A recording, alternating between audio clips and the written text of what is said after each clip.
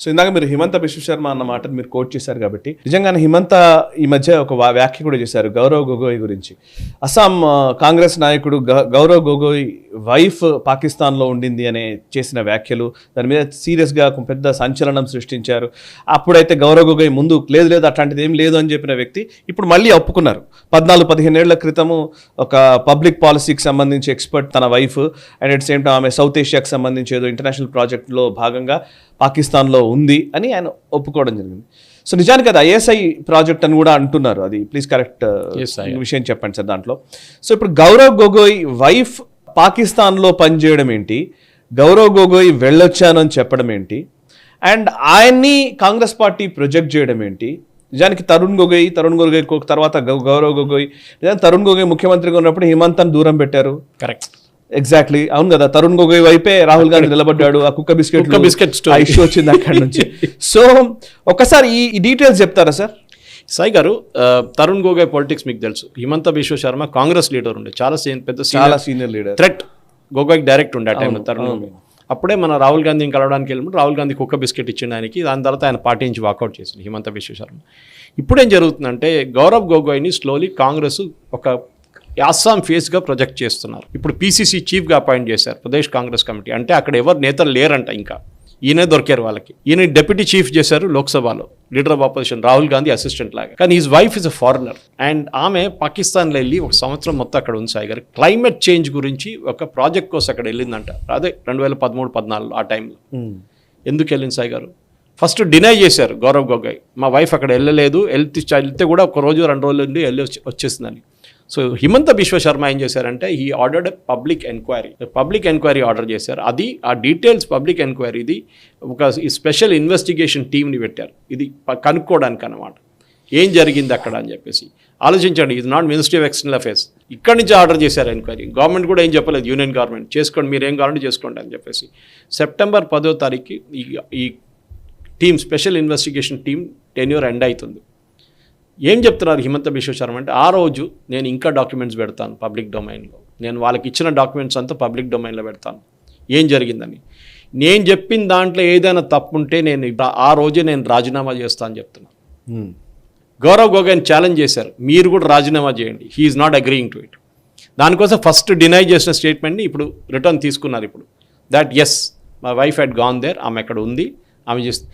Assam politics మనం అర్థం చేసుకోవాలి సాయి గారు. ఎందుకంటే Gaurav Gogoi wife Elizabeth Colburn, her name is, ఆమె పాకిస్తాన్ ఐఎస్ఐతో చాలా క్లోజ్ సంబంధాలు ఉన్నాయి, అందరికీ తెలుసు. దానికోసం చూడండి, ఇప్పుడు 19 ట్రిప్పులు కొట్టింది Sai garu. 19 trips she made to Pakistan. ఎవరైనా వెళ్తారా 19 ట్రిప్పులు పాకిస్తాన్కి? Naturally it will raise a red flag. కానీ ఇదంతా జరిగింది యూపీఏ హయాంలో చాలా మటుకు. అందులో సీనియర్ లీడర్ కొడుకు వాళ్ళు ఏం చెప్తారు, ఏం చెప్పారు అంతే. అందులో మళ్ళీ కాంగ్రెస్ గవర్నమెంట్. సో ఇది బీజేపీ వాళ్ళు ఢిల్లీ నుంచి తీసుకురాలేదు ఈ కేసు, ఇది అస్సాం నుంచి తిప్పారు కేసుని మొత్తం. So today there is an allegation against Himanta Biswa Sarma. అంటే ఆ హిమంత బిశ్వ శర్మ బీజేపీలో వచ్చినప్పుడు ఆయన మీద కేసులను తీసేశారని చెప్పి తరుణ్ గొగోయ్ మొదలు పెడితే హిమంత బిశ్వ శర్మ తిప్పికొట్టాడు. నువ్వు చేసిన పనులేంటి నాకు తెలుసు అని చెప్పేసి ఈ కేసు బయటకు తీశాడు. యాక్చువల్లీ ఈ కేసు హిమంత బిశ్వ శర్మ దగ్గర చాలా సంవత్సరాల నుంచి ఉందంట సాయి గారు. ఇదే కేసు డిస్కస్ చేయడానికి రాహుల్ గాంధీ దగ్గర వెళ్ళారంట ఒకసారి, కానీ రాహుల్ గాంధీ కలవలేదు. రాహుల్ గాంధీ అండ్ గౌరవ్ గొగోయ్ చాలా క్లోజ్ ఫ్రెండ్స్. మీరు గుర్తుంటుంది, మన లిస్ట్ ఇవ్వమని అడగలేదు యూనియన్ గవర్నమెంట్, కానీ వాళ్ళు ఇచ్చారు 4 పేర్లు ఒక ఆయన గౌరవ్ గొగోయ్, కానీ క్లియర్ చేయలేదు government. Because obviously ISI link ఉంది అక్కడ ఒకటి. ఏం బయటికి వెళ్ళి ఏం చెప్తారు, ఒక ప్రెస్ కాన్ఫరెన్స్ ఇప్పుడు చూడండి, శశి థరూర్ ఎంత బాగా మాట్లాడుతున్నారు, అసదుద్దీన్ ఓవైసీ ఎంత బాగా మాట్లాడుతున్నారు. అట్లాంటి ఈ మనిషి అక్కడ వెళ్ళి మాట్లాడతారు, చేయరు. ఈ will give Rahul Gandhi's point of view. And ఒకసారి ప్రెస్ కాన్ఫరెన్స్ ఏదైనా కాంట్రవర్షియల్ స్టేట్మెంట్ చేస్తే దాన్ని రిటర్న్ తీసుకోలేము సాయి గారు, డ్యామేజ్ ఇస్ డన్. దానికోసం గవర్నమెంట్ చాలా క్లియర్గా చెప్పారంట.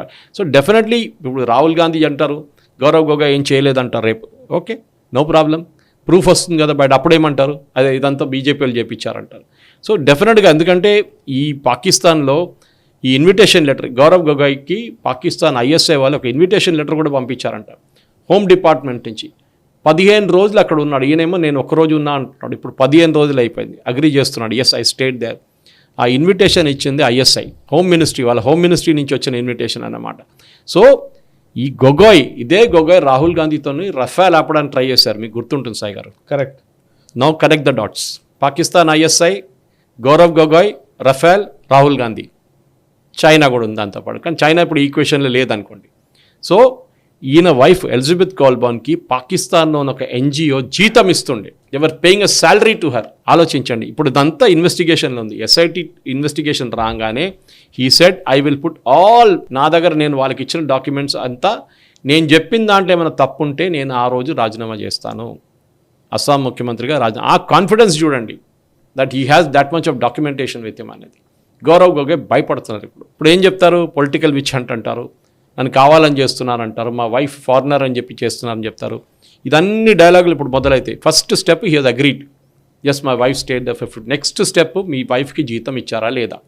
జీతం ఎవరు ఇచ్చారు? ఎవరో పాకిస్తాన్లో క్లైమేట్ కంట్రోల్ ఏజెన్సీ వాళ్ళు ఇచ్చారంటారు. వాళ్ళకి ఇంత ప్రేమనా ఈమె దగ్గర? క్లైమేట్ కంట్రోల్ ఏజెన్సీకి ఇంకెవరు దొరకలేదా? వాళ్ళ వైపు నుంచి ఇంకెవరు లేరా? యూరోప్ నుంచి ఎవరు తెచ్చుకోలేరా? ఇండియా నుంచి ఎందుకు తెచ్చుకోవాలి? అది కూడా అస్సాం లాంటి సెన్సిటివ్ స్టేట్స్ నుంచి ఎందుకు తెచ్చుకోవాలి? అక్కడే మీకు ఆన్సర్ వచ్చేస్తుంది సాయి గారు. అండ్ ఈ రాహుల్ గాంధీకి ఉన్న గౌరవ్ గొగోయ్కి క్లోజ్ రిలేషన్షిప్ నేను ఆల్రెడీ చెప్పాను. ఎంతో సీనియర్ని పక్కన పెట్టేసి he was nominated Gaurav Gogoi as his assistant as deputy opposition leader. అక్కడే మీకు స్టోరీ తెలిసిపోతుంది that this is a completely ఒక గేమ్ ఆడారు వీళ్ళందరూ కలిసి. డెఫినెట్గా దీంట్లో ఇంకా చాలా ఉన్నాయి సాయి గారి స్టోరీ, అంతా బయటకు వస్తుంది. మేబీ ఇంకా వచ్చే ఎపిసోడ్స్లో మనకి ఇది ఎప్పుడప్పుడు రివీల్ అవుతున్నాం, మనం అప్పుడప్పుడు దీని గురించి మాట్లాడవచ్చు. ఈ వీడియో మీకు నచ్చినట్టయితే లైక్ చేయండి, 10 మందికి షేర్ చేయండి. అలాగే కామెంట్ల రూపంలో మీ అభిప్రాయాలను మాతో పంచుకోండి. Nationalist hub group of channels ను సబ్స్క్రైబ్ చేసుకుని తెలుగునాట జాతీయవాద జర్నలిజాన్ని ప్రోత్సహించండి. ఈ వీడియో కింద ఉన్న బెల్ ఐకాన్ పై క్లిక్ చేయడం మర్చిపోవద్దు.